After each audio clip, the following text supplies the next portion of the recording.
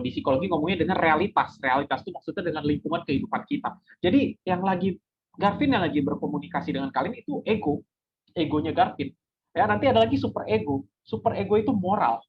It itu yang mengatur bagian nafsu. Jadi kalau dalam psikologi itu struktur kepribadian secara umum ada 3. It, ego, super ego.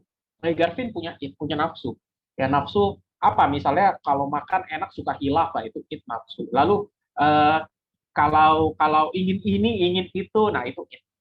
Tapi ada super ego, moral. Yang kalau kita ingin ini, ingin itu, nanti kita akan disemprit oleh super ego. Nggak boleh serakah. Nggak boleh mukul orang. Nggak boleh merugin orang. Nggak boleh melakukan ini, dosa gitu. Nah, itu super ego. Nah, ego itu penengahnya. Ego itu penengahnya. Sekaligus yang akan nanti menampilkan maunya gimana. Garvin nih orangnya misalnya lagi marah. Lagi marah. Kalau Garvin lagi marah, itu pasti bisikannya adalah lawan. Ya, hantam, tonjok, omelin, itu it. Tapi super ego nggak bakal izinin karena dia akan moral. Super ego akan ngomong, jangan, kalau kamu marahin orang itu, kamu yang jadi salah. Kalau kamu mukul orang itu, kamu merugikan orang. Kamu nggak bermoral. Ya, it dan super ego ini akan saling bertentangan. Ya, kalau ibarat kita nonton film Tom and Jerry atau film kartun gitu, kalau lagi ngambil keputusan ada setan, ada malaikat kan yang bisikin di dari kiri dan kanan. Nah, itu it dan super ego. Itu yang setan ya, super ego yang malaikat ya. Nah, ego yang akan ngambil keputusan. Jadi saya begitu tahu, ada keinginan nih ingin menghantam orang itu, ingin memukul orang itu karena dia sudah menyakiti saya. Terus saya juga mikir, tapi nggak boleh kalau memukul orang nanti uh, masuk penjara misalnya, dilaporin ke polisi penganiayaan. Nah, terus gimana dong? Ego mengambil jalan tengahnya. Kan dia berkaitan langsung dengan kehidupan lingkungan ya. Gue kesel sama dia, tapi gue nggak bisa mukul dia. Ya udah, gue cukup uh, maki aja, tapi yang ringan gitu. Jadi nggak terlalu salah gitu. Jadi cuma misalnya teriak, weh kurang ajar lu gitu. Jadi lebih sopan ya, super ego nggak marah, tapi it juga tersalurkan gitu daripada ngomong yang kasar atau nonjok. Nah, itu ego. Ya, ego itu baik atau enggak? Kalau di psikologi netral, dia netral aja. Ego itu ikutin lingkungan aja, netral.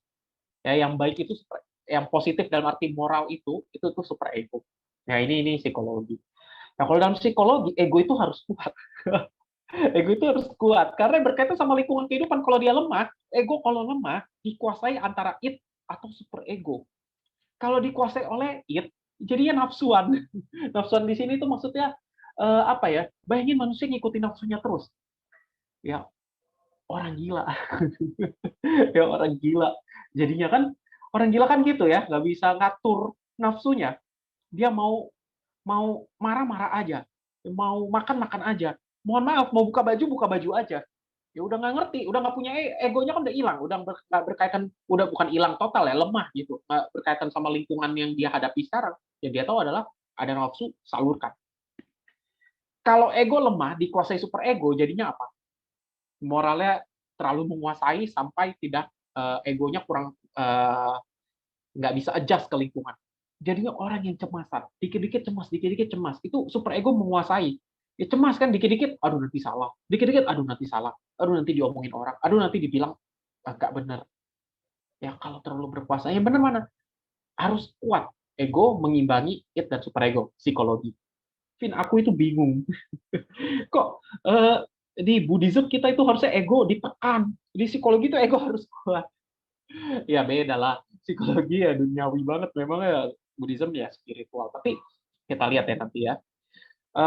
Sedangkan ego dari perspektif Buddhism itu sebenarnya ego itu kan terjemahan barat, ya terjemahan barat sebenarnya. Kata aslinya kan atta atau atma kalau bahasa Sanskritnya ya, atman atau atma gitu, tapi kalau palingnya atta yang akhirnya oleh orang barat kan diterjemahkan oleh Polytext Society, itu kan orang-orang barat semua ya. Atta itu diterjemahkan sebagai diri, bahasa Inggrisnya self gitu, atau soul, atau ego, yang kalau kita terjemahkan ke bahasa Indonesia jadi diri. Ya, jadi ego itu ya digunakan untuk menerjemahkan kata atta gitu. Nah, dalam Buddhism, ego atau atta ini tiada inti, ya makanya ada anatta kan, terus berubah-ubah. Jadi ketika lagi nyebut Garvin, ini siapakah Garvin yang dimaksud? Mungkin teman-teman udah tahu ya, udah pernah saya jelasin juga kan. Ketika lagi nyebutin Garvin, Garvin yang mana yang dimaksud? Karena Garvin ini tiada inti. Yang pernah saya katakan, mana Garvin ya? Kalian bisa nunjuk ke arah sini, tapi yang mana? Karena sesungguhnya Garfield ini adalah gabungan dari ya mata, ya hidung, ya mulut, rambut, telinga, pipi, tangan, kaki, badan, dan lain-lain. Kalau dicopot-copot Garfieldnya nggak ada intinya kan, nggak ada core-nya, dan berubah-ubah. Lagi ngomongin Garfield yang mana? Garfield yang tahun lalu, 10 menit yang lalu itu udah beda. Garfieldnya udah berbeda. Garfield yang 10 menit yang lalu beda dengan Garfield yang sekarang. Kenapa? Garfield yang 10 menit yang lalu itu Garfield yang lagi bengong. Garfield yang sekarang, Garfield yang lagi ngomongin ego. Itu beda. Garfield yang tahun lalu dengan Garfield yang sekarang juga beda. Gitu. Kalian kesel sama Garfield. Kesel sama Garfield yang mana? Oh, aku kesel sama Garfield karena Garfield itu dulu pernah ngomelin aku di depan umum, pernah negur aku di depan umum dengan keras. Kapan kejadiannya? Tahun lalu. Terus masih kesel sama dia. Iya. Ya kamu benci kan Garfield yang tahun lalu, bukan Garfield yang sekarang, udah beda orangnya. Ya itu seperti itu ya. Anata secara singkat dulu aja ya. Nanti ketika kita lagi nyebut aku, saya, itu saya yang mana? Itu saya yang mana yang dimaksud? Dia pernah menusukku, dia pernah membenciku, dia pernah menyakitiku. Aku yang kapan? Aku yang di masa lalu udah lewat, terus ngapain lu bawa-bawa lagi ke sekarang? Nah, itu kurang lebih gitu. Ya, dan kalau kita baca di Kudaka Nikaya, mungkin kalau mau ngomong Anata itu paling enak baca Milinda Panha. Kalau kalian ada waktu ya, mungkin ada yang udah terjemahin ke bahasa Indonesia, saya lupa ingat. Kalian baca Milinda Panha, di situ siapa nama bikunya tuh? Kok jadi lupa ya? Ada Biku Nagasena kayaknya kalau nggak salah ya. Biku Nagasena itu berbicara dengan raja, ya, Raja Milinda, makanya namanya Milinda Panha. Ya, ngobrol dengan Raja Milinda. Uh, Lalu kurang lebih Biku Nagasena menjelaskan kurang lebih yang tadi saya katakan ya, dia adalah kereta. Yang disebut kereta itu yang mana? Setirnya bukan, rodanya bukan, tempat duduknya bukan. Kalau dicopotin masih disebut kereta nggak? Kurang lebih gitu. Itu saya ngambilnya dari Milinda Panha, perumpamaan itu. Cuma kalau di Milinda Panha pakai contohnya kereta. Kalau saya tadi pakai contohnya Garfield. Ya itu bisa dibaca, bagus banget.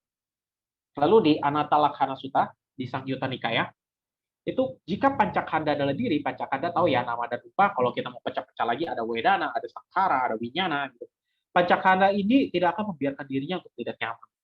Kita suka mengatakan ini aku, ini hidungku, ini tanganku, ini kakiku, ya ini mataku. Kalau ini hidungku, kita bisa kendaliin nggak hidup kita dengan total? Buktinya kalau hidup kita lagi mampet, kita nggak bisa kendaliin. Kita pengennya, aduh hidupku mampet, nggak enak, lega dong, tapi nggak bisa. Karena hidung ini nggak sesungguhnya nggak benar-benar milik kita. Ya, dan hidung ini bukan sesungguhnya kita, sesungguhnya bukan diri. Ya, atau ketika uh, kita kalau lagi sakit kan mulut lidah itu suka hambar rasanya kan, kalau lagi sakit ya makanan apapun rasanya hambar. Kalau lagi sakit, terus kita maksa, oh jangan hambar dong, biar kalau makan sedap gitu. Nggak bisa, nggak mau dia. Nggak bisa diperintah-perintah kayak gitu. Atau ketika badan kita lagi sakit, kita paksa gitu, nggak bisa. Kita nggak bisa menolak badan kita untuk menua. Oh jangan tua dong, seumur hidup muda terus, itu nggak bisa. Ya jangan jangan sakit dong, itu nggak bisa. Kita nggak bisa minta diri kita untuk nggak sakit. Ya karena itu bukan diri. Ya, itu ego dalam perspektif Buddhism ya agak. Ini konsep anatta ini adalah konsep khas Buddhism. Ya khas Buddhism karena Uh, kalau kita track ke masa lalu zamannya Buddha itu kan ada ajaran Jainism, berbagai macam ajaran yang menjadi ciri khas Buddhism itu anatanya. Karena karma juga ada di Jainism, karma juga ada di Hinduan, ya hukum karma ada, punarbawa kelahiran kembali juga ada. Tapi anatta itu eksklusif atau itu unik milik Buddhism. Ya ini anatta, ego. Ya tidak ada ego, tidak ada inti diri. Nah ini ego dari perspektif Buddhism. Saya juga ada nambahin lagi. Oh masalahnya gini. Nah, terus apa masalahnya dengan ego? Nah, kita suka berpikir ego ini atau Garfield ini atau aku ini, kalau Thompson berarti berpikir Thompson ya. Kalau tadi ada yang namanya siapa, kalau Felicia berarti berpikir Felicia, kalau Garfield mikirnya Garfield gitu. Masalahnya adalah Garfield ini berpikir Garfield ini kekal, ego ini kekal dan harus terus dipuaskan. Itu yang jadi masalah. Bukan tadi kita udah tahu kan, ya namanya Garfield itu sebenarnya hanyalah sebuah kesepakatan konvensional, kebenaran konvensional. Benar nggak Garfield ada secara konvensional? Ya, tapi secara kebenaran yang hakiki, Garfield itu nggak ada. Karena tadi kalau dipecah-pecah kan mana Garfield gitu. Nah, kita tahu itu. Tapi masalahnya, kita nggak benar-benar mendalami itu, nggak benar-benar memahami itu. Kita tahu, tapi nggak benar-benar paham. Sehingga kita berpikir bahwa Garfield, saya tahu Garfield ini hanyalah kebenaran konvensional. Ya, kalau dipecah-pecah tadi itu nggak ada. Tapi saya tetap aja berpikir kalau seolah-olah ada ego, walaupun saya udah dikasih tahu nih, ego ini nggak ada gitu, anatta gitu, tapi tetap aja karena saya belum benar-benar menembusinya, saya terus berpikir secara tidak sadar bahwa ego ini kekal dan harus dipuaskan. Buktinya apa? Buktinya saya masih pengen makan makanan enak. Saya mah ngaku jujur aja, ya masih pengen sambil kerja denger lagu yang enak gitu, masih pengen yang enak-enak. Ya, sehingga saya masih berputar dalam sengsara. Yaitu masalah kita semua yang belum mencapai kesucian. Kita berpikir ego ini kekal dan harus terus dipuaskan. Ya, padahal ada anicca dukkha anatta. Kita berpikir ego ini kekal, ya, dan harus terus dipuaskan. Padahal ada anicca dukkha anatta. Anicca itu segalanya berubah-ubah.